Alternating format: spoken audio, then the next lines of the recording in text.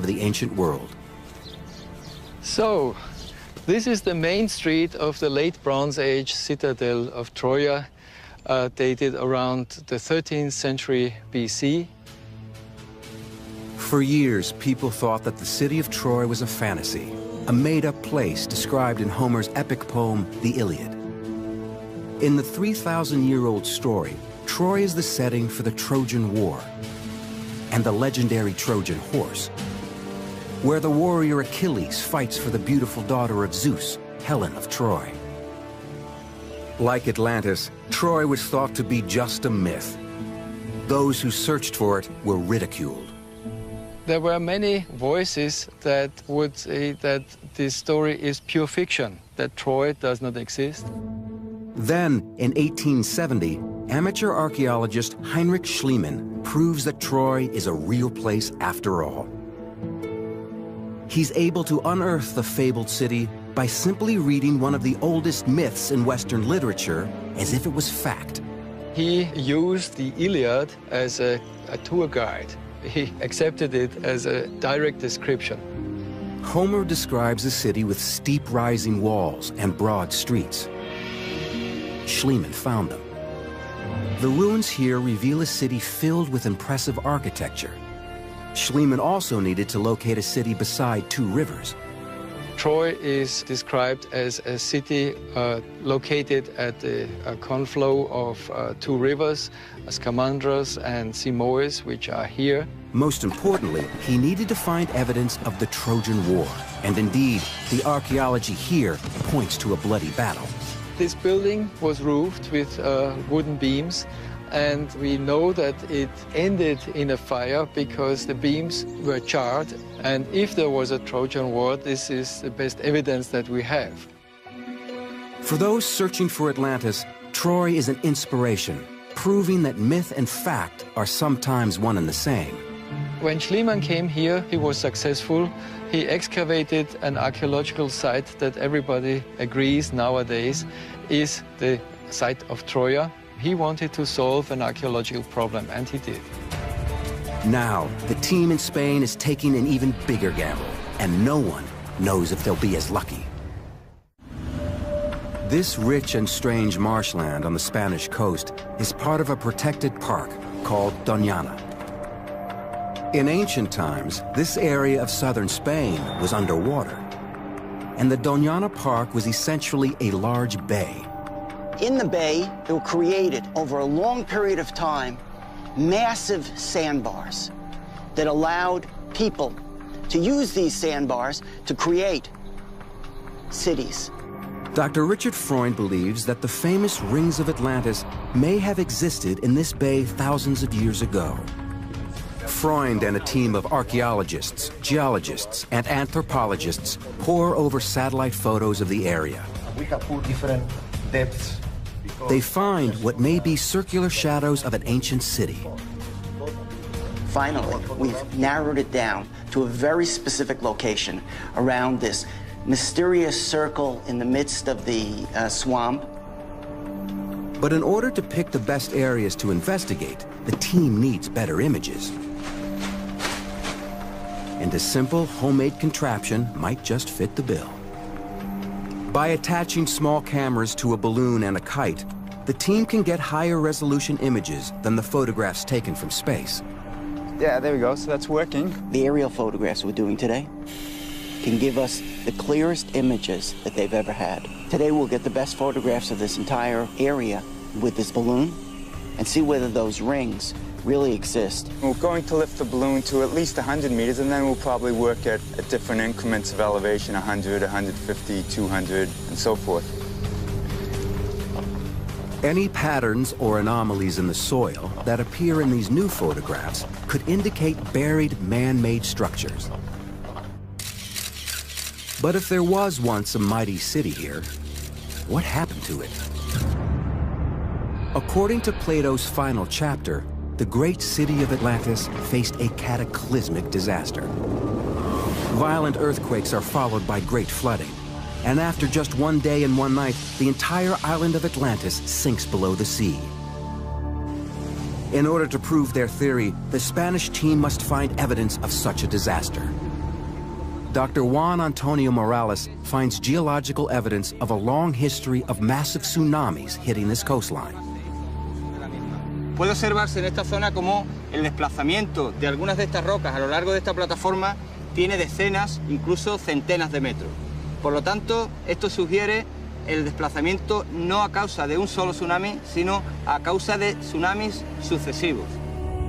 If the rings of Atlantis existed in this ancient bay and were ravaged by successive tsunamis, the city would have been torn apart or perhaps pulled into the sea.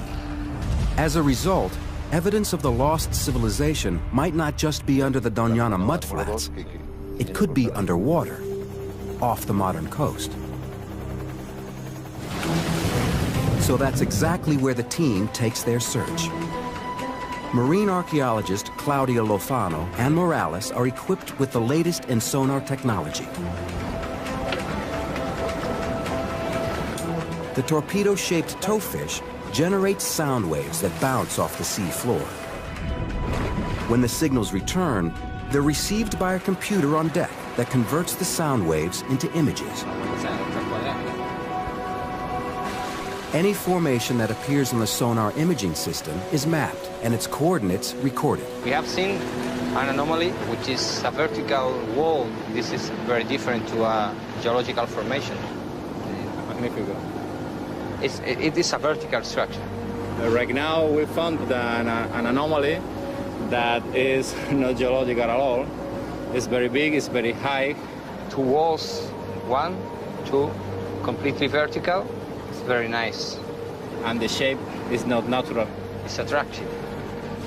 Claudio and Juan Antonio locate what looks to be a large structure 39 feet below the surface. They'll have to return and dive the site. But some think the Spanish team is looking in the wrong waters entirely. The search for Atlantis has plagued many great minds over thousands of years.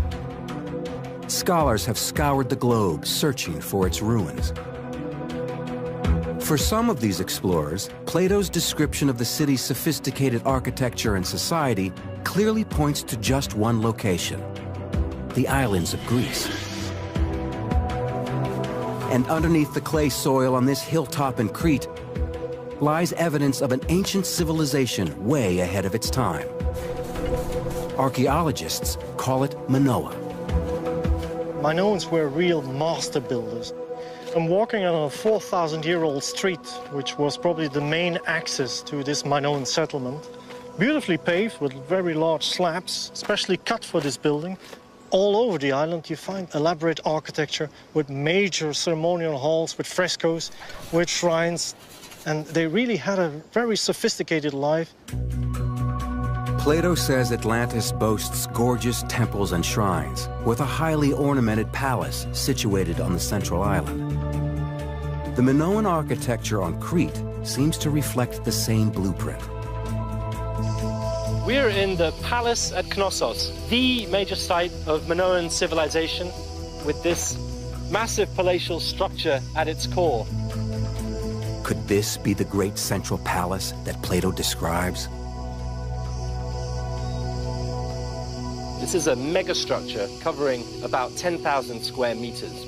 Now, this kind of architecture required incredible planning to get the stones from the quarry, to transport them here, to have the skilled masons work them. To create this kind of straight line and the different kinds of shapes would have been very, very difficult. Walking amongst the breathtaking remnants of their ancient world, it's easy to imagine the Minoans calling their city by another name: Atlantis. To match the descriptions of Atlantis, the Minoan city also has to have an acropolis with dwellings and halls. And it's all here at Knossos. According to Plato, the bull is a central part of the Atlantean culture. In Atlantis, sacred bulls roam free around the temples. They're worshipped by priests and sacrificed in honor of Poseidon. Here in Knossos, it's obvious bulls were once a powerful symbol. I'm above the northern entrance passage at Knossos. And behind me is this imposing bull fresco. Now, it really seems as if the bull was a very significant part of Cnossian political propaganda. There's a bull leaping scene found in fresco fragments over in the east part of the palace as well. The cultural importance of the bull, the stunning architecture, the depictions of a utopian lifestyle, together paint a familiar picture. It seems possible that the people we call Minoans are really the long-lost people of Atlantis. But Atlantis famously came to an end. Plato says the city was destroyed in a single day and night. Evidence suggests the Minoan people may have suffered a similar fate. It's from this kind of archaeological evidence that we can deduce some kind of a crisis situation. A lot of things went bad. On the southern coast of Spain, researchers have discovered buried structures they believe may be the lost city of Atlantis. It's not geologic at all. But there are those who think the Spanish team is way off course, that Atlantis was actually located in the Greek islands. The archaeology here is convincing. There is evidence that the Minoan people of Crete suffered a terrible disaster, an ancient cataclysm that may have wiped out this advanced civilization just as Plato describes. Clues to this catastrophe can be found 85 miles north of Crete on the Greek island of Santorini, also known as Thera. The disaster that occurred here nearly defies description. It's a volcanic island, and the volcano exploded very, very spectacularly about 3,600 years ago. And we have here evidence with this very impressive architecture, not even excavated, it's just being exposed as it's eroded by the sea. And you can see here evidence of the Theran eruption with ash layers and pottery showing that this building was destroyed at exactly this time. The ash cloud from Thera blocks out the sun for days. For the people of Crete, the effects are devastating. We had these huge ash clouds arriving on the island of Crete, and they deposited sort of like thick packages of volcanic ash that must have caused tremendous problems in their agriculture, in their shipping, in their commerce. A lot of people probably lost their houses. You have volcanic winters. A lot of things went bad. The earthquakes and massive volcanic activity on Santorini likely produced tsunamis, gigantic waves that crash onto the north coast of Crete. These waves would carry with them volcanic pumice, a very porous and solidified lava rock. Evidence of pumice on Crete could be proof that an ancient tsunami hit here. There's some spots along the north coast of the island where you found like pumice deposition. That is probably related to the Santorini eruption. And there's been recent activity from archaeologists suggesting that those deposits could really only have been caused by something like a tsunami. Minoan architecture, temples, art, culture. It's all wiped out by one of the most powerful eruptions in human history. The case linking the Minoans to Atlantis is strong, but the legend of Atlantis hinges on its sinking and overnight disappearance. And for the Minoans, the eruption of Thera is not the end. Some managed to survive. We have clear continuity in the Minoan civilization after the Theran eruption. We can see archaeological layers showing the occupation at the time of the eruption, and then rebuilding and reoccupation straight away afterwards. It seems that despite compelling evidence, this is not the place that Plato describes. The Minoan civilization did not sink into the sea. It persevered. Ultimately, this triumphant story of survival is the greatest evidence against the theory. But back on the mudflats of Spain, the jury is still out. Dr. Freund and his team believe they're on the verge of uncovering a city that fits all the criteria laid out by Plato. We're standing here at the outskirts of the Doña Ana National Park, the source of tremendous speculation that perhaps this was the place where Atlantis was located, and this was the place, the mud, the shoal into which it disappeared. In Doñana Park, the team reviews the new aerial photographs taken from their kite and balloon cameras. And then oh, this is interesting right here. This picture right here, at the higher altitude, you may see this rectangle that we were talking about. Any circular or rectangular patterns could provide strong evidence of a footprint of a lost city. This particular feature was not included in our list, so this is new that Paul's photography has revealed to us. And this area has been cleared by the grass cutters for thatch. And even after clearing, the feature was still visible from the kite photo. It's clearly not just a feature that's visible in vegetation, but visible in the earth. These traces may be the last markers of Atlantis. This is, I think, the most important feature in the aerial photography that's been done. It's the one that most resembles anything like Atlantis. It has an area that looks like a port leading into a large circle where the concentric circles would have been. Freund is convinced that the photographs reveal a pattern that matches Plato's description. A series of circular harbors with a central canal connecting them to the ocean. The team also identifies other supporting features. Circular features, linear features, parallel features, all in the order of a human scale. So, for instance, things that look like pathways or roadways that are 1 meter to 2 meters across, features that look like buildings that are 4 to 8 meters across. The team now uses ERT, electrical resistivity tomography, to record images of what lies underneath the circular patterns. What we're doing here is we're running a bunch of current through the ground and we're measuring what comes back from that, and we'll be able to get a picture of what's in the subsurface up to about 12 meters below the ground surface. The crew frantically searches for any remnants. The lost city of Atlantis may finally be in their grasp. Yeah, no, you're right. I didn't go very far. But another ancient mystery also looms large. Yeah, the rectangle here, the rectangle there. The biblical story of the lost city of Tarshish. Tarshish is a city mentioned many times in the Bible. Many scholars believe that it's simply another name for the ancient and famous city of Tartessos. Most scholars agree that Tartessos was located in southern Spain and that Tarshish was located in southern Spain. Tartessos was Tarshish. In the written sources, Tartessos and Tarshish are famous for their metals. Trade ships would travel for years from as far away as the Middle East to fill their holds. But Tartessos and Tarshish abruptly disappear from the historical and biblical records. It's as if the cities suddenly ceased to exist. Freund believes that's because in ancient days, Tartessos and Tarshish went by another name, Atlantis. We have two remarkably similar stories being told in antiquity. The story of Tarshish in the Bible and the story of Atlantis in Plato and Roman sources.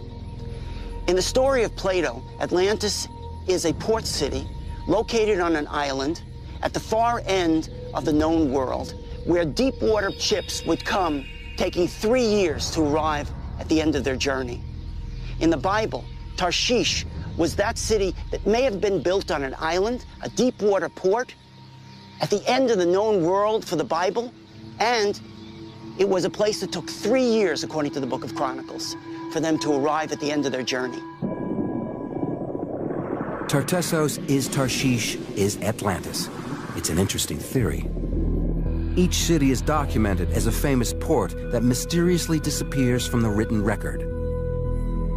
And the similarities don't end there. Each of the 3 cities is said to have great mineral wealth, with access to massive amounts of gold, silver, or copper. Plato certainly does talk about mines, which the Atlanteans have access to, and one of these mines being for this probably fantastical metal called aurichalk, though some archaeologists think they know what it might be or what it might be like. All we know is that it glows like fire. Scholars translate aurichalk as mountain copper. Today, just upriver from the Doñana mudflats, the hills shadowing the Rio Tinto are mined for gold, silver, and copper. And there's evidence to suggest there's been mining here for over 5,000 years. The mudflats' proximity to these deposits of valuable ore make any ancient city located here a strong candidate for Atlantis. It's just one more clue that points to the coast of southern Spain as the best location for the lost city. But the only way to know for sure is to get a closer look. The anomalies we have seen, and the structures are completely square. This is curious because these four are forming a line 2 meters high. For me, it's the most interesting zone in this area. My best option is go there to dive.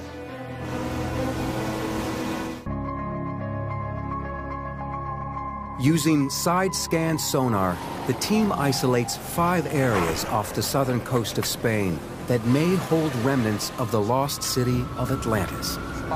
The sonar images show what looks like man-made structures on the seafloor. Right now we are sailing to one of the points that we want to check. We call it the cathedral. It's really big. It's about 40 meters long. The main characteristic that we are looking for is if it's human-made or not. It's the beginning of storm season. High winds and foul weather pick up at the end of September and continue through the winter. The divers have only a small window of opportunity to investigate the site before the weather turns ugly. We have a good news. Strong wind of yesterday blow dark water that came from the river. We'll have better visibility than we expected.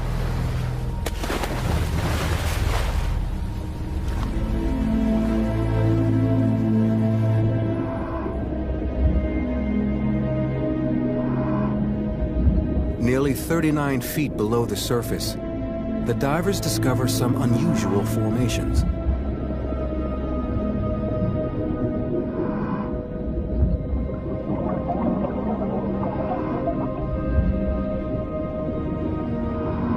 Stones that seem to have been cut. Maybe by the men of Atlantis. These stones may have once been part of the great city walls that Plato describes. Man-made, yeah. It's too perfect to be casual. Huh? Take a second look, yeah?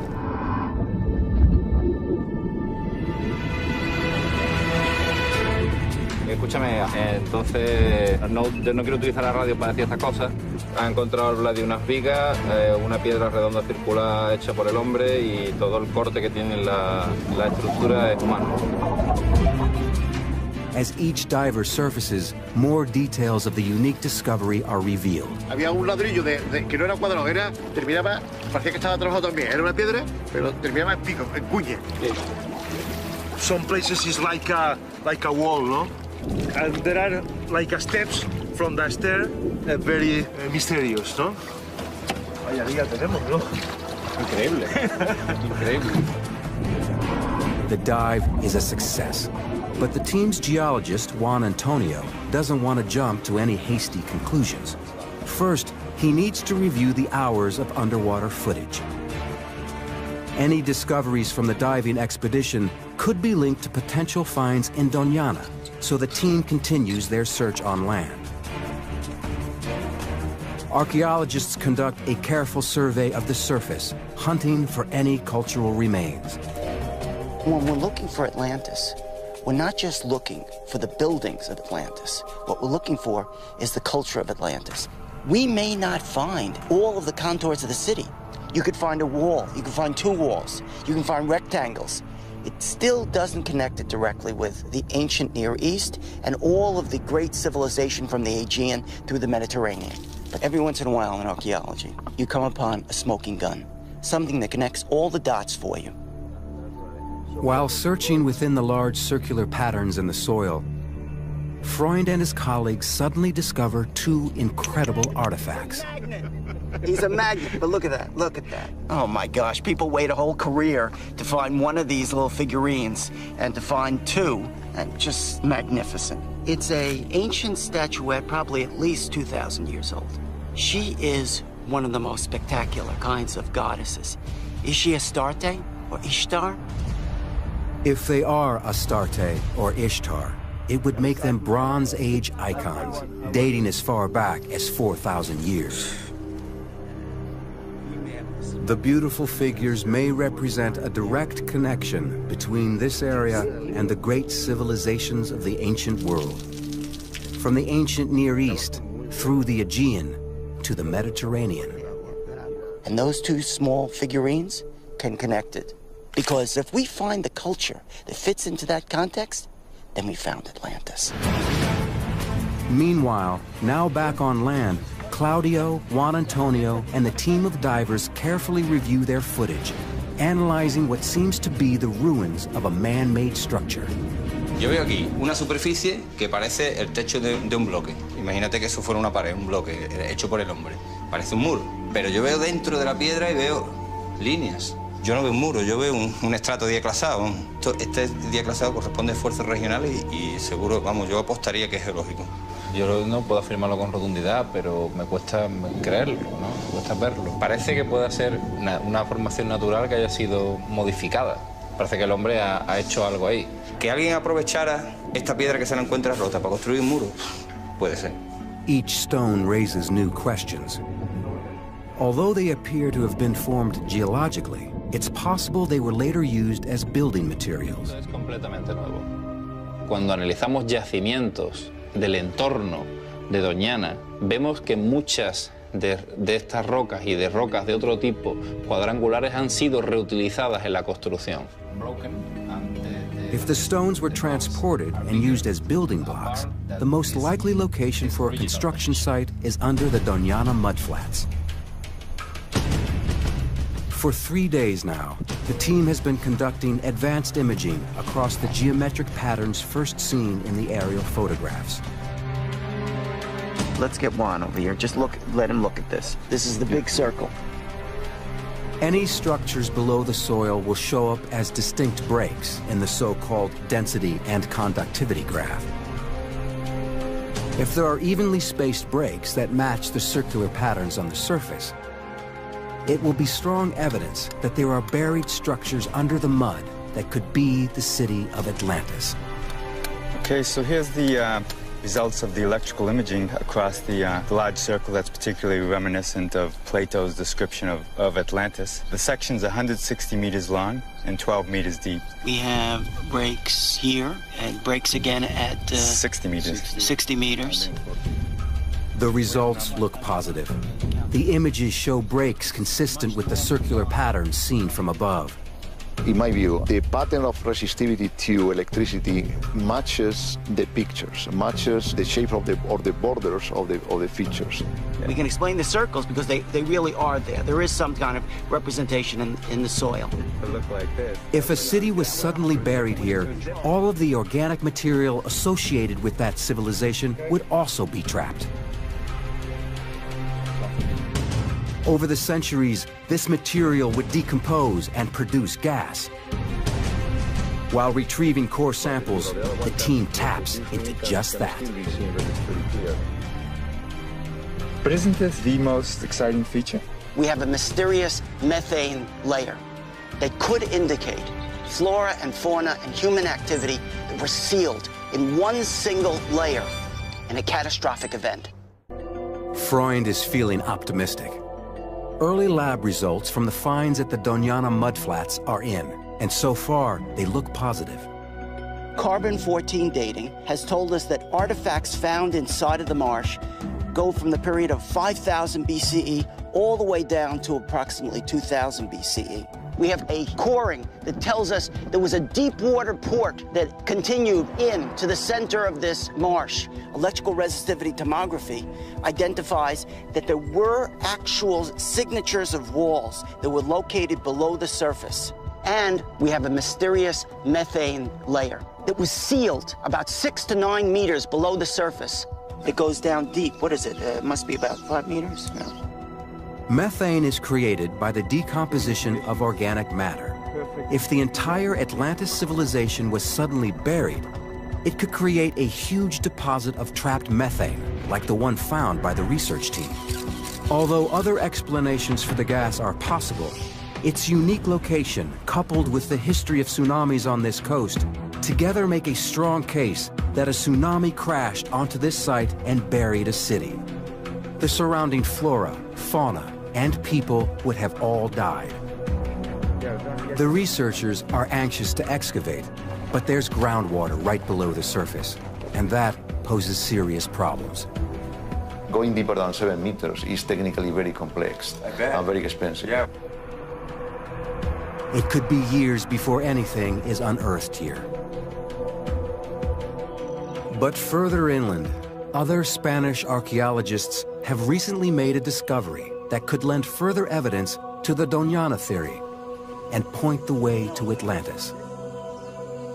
This is Concho Ruano, one of the greatest archaeological discoveries of the 20th century. In the 1970s and 1980s, archaeologists discovered a series of different villages that preserved Tartessan culture. This Tartessan culture was so different than all the other culture around it. It was the culture of the South. Freund believes Tartessan culture was really Atlantean culture. But these 2,500-year-old ruins are 125 miles from the coast, a long way from home. Why did they come here? Some cataclysmic event on the coast pushed them out of their homes in the 9th century. Freund believes this place is not the remains of a once bustling village. Rather, it's a memorial to the lost kingdom of Atlantis. He calls it a ritual city and says that this site is actually a miniature replica of Atlantis, built in homage.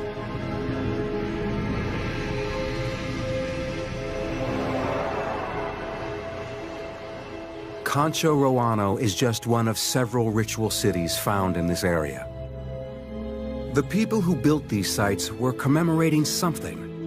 But was it the legendary seaside kingdom of Atlantis, hundreds of miles away? Detectives say you follow the money. Archaeologists say you follow the stone. Slate is the key. This room is paved with slate. This slate room may have been the residence of the high priest for the entire memorial city. And slate is not indigenous to this area, but 250 kilometers to the south on the coast, it's very famous. The people would have brought slate all the way up to this Concho Ruano site. Freund believes the slate in the temple connects this inland site with the coastal city of Atlantis. On its own, it's not enough to establish a solid link. But there's something else. It was an altar. A secret symbol that helps make his case. Another clue is the Holy of Holies. Located at the center of the entire city, just like Poseidon's temple that's mentioned in the writings of Plato, this was the place where the most sacred rituals would take place. Sacrificing of animals. Ritual objects were found here. Gold and silver, bronze.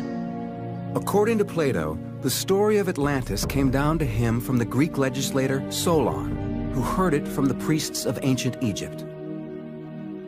It seems the Egyptians had direct contact with the Atlanteans. And in the most holy space of Concho Ruano, there's a 3,500-year-old Egyptian symbol.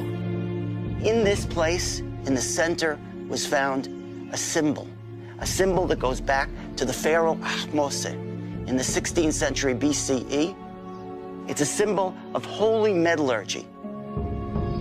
This symbol links the site to the metalworkers so revered by the ancient pharaohs. In the historical record, there are 3 cities famous throughout the world for their mastery of metals: Tarshish, Tartessos, and Atlantis. This symbol could connect this place to all of them, and may be the ultimate proof that the 3 cities were one and the same. The original altar. But there's one more piece of evidence connecting Concho Ruano to Atlantis. The most remarkable artifact of all. an ancient carving that seems to preserve the very emblem of Atlantis. It's a stone indicator of what they were memorializing, who they were. And what is it? It's a symbol of concentric circles, one inside the other. And they're found right at the threshold. At the entrance of Concho Ruano and in many other ritual cities are large stone stelae. As you would come up to the city, you would see this standing stone in front of a warrior with his sword drawn, and here we have the concentric circles of the city that he's guarding. This signpost points to a city with one entrance in, and coming out. And in the center, the same thing that Plato is describing in Atlantis, central shrine of Poseidon. It's their memory of the past. And the symbols that we find on this is the way they remember Atlantis.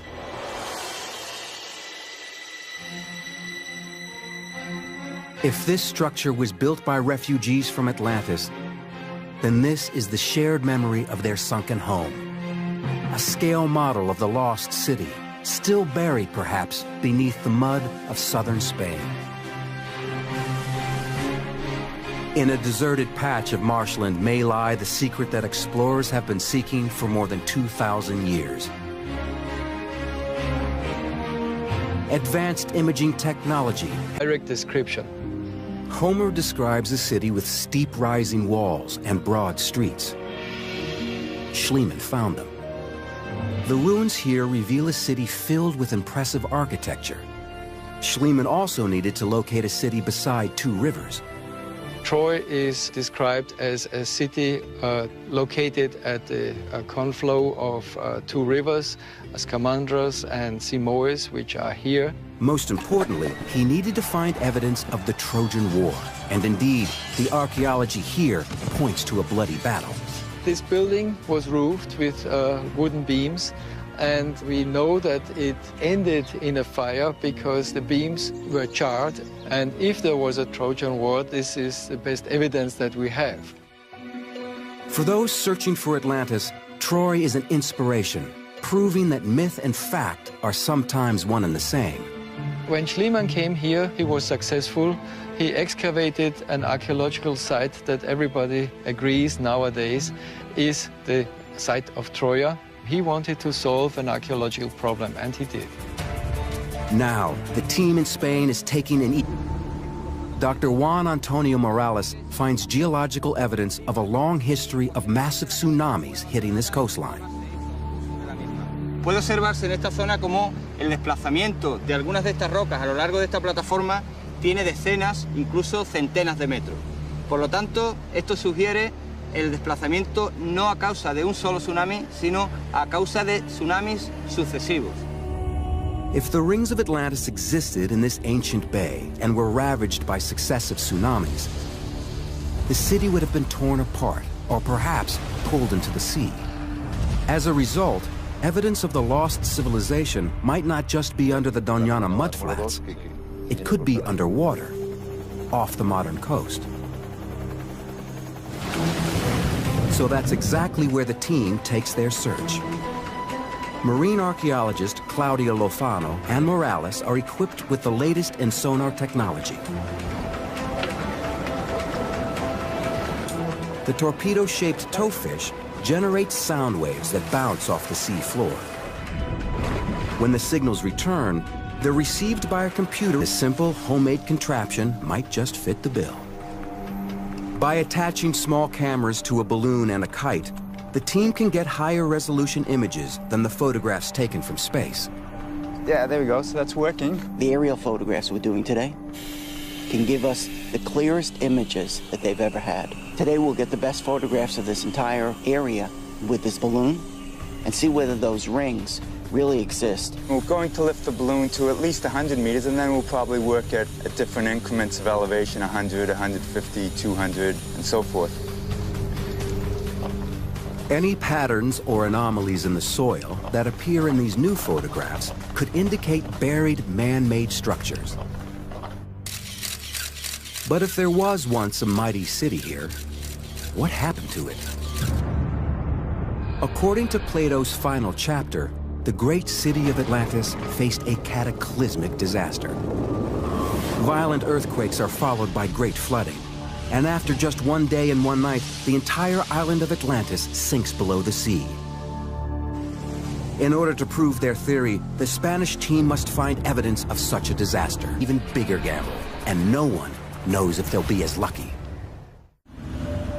This rich and strange marshland on the Spanish coast is part of a protected park called Doñana. In ancient times, this area of southern Spain was underwater, and the Doñana Park was essentially a large bay. In the bay, there were created over a long period of time massive sandbars that allowed people to use these sandbars to create cities. Dr. Richard Freund believes that the famous rings of Atlantis may have existed in this bay thousands of years ago. Freund and a team of archaeologists, geologists, and anthropologists pore over satellite photos of the area. We have put different depths. They find what may be circular shadows of an ancient city. Finally, we've narrowed it down to a very specific location around this mysterious circle in the midst of the swamp. But in order to pick the best areas to investigate, the team needs better images of the ancient world. So, this is the main street of the late Bronze Age citadel of Troia, dated around the 13th century BC. For years, people thought that the city of Troy was a fantasy, a made-up place described in Homer's epic poem, the Iliad. In the 3,000-year-old story, Troy is the setting for the Trojan War and the legendary Trojan horse, where the warrior Achilles fights for the beautiful daughter of Zeus, Helen of Troy. Like Atlantis, Troy was thought to be just a myth. Those who searched for it were ridiculed. There were many voices that would say that this story is pure fiction, that Troy does not exist. Then, in 1870, amateur archaeologist Heinrich Schliemann proves that Troy is a real place after all.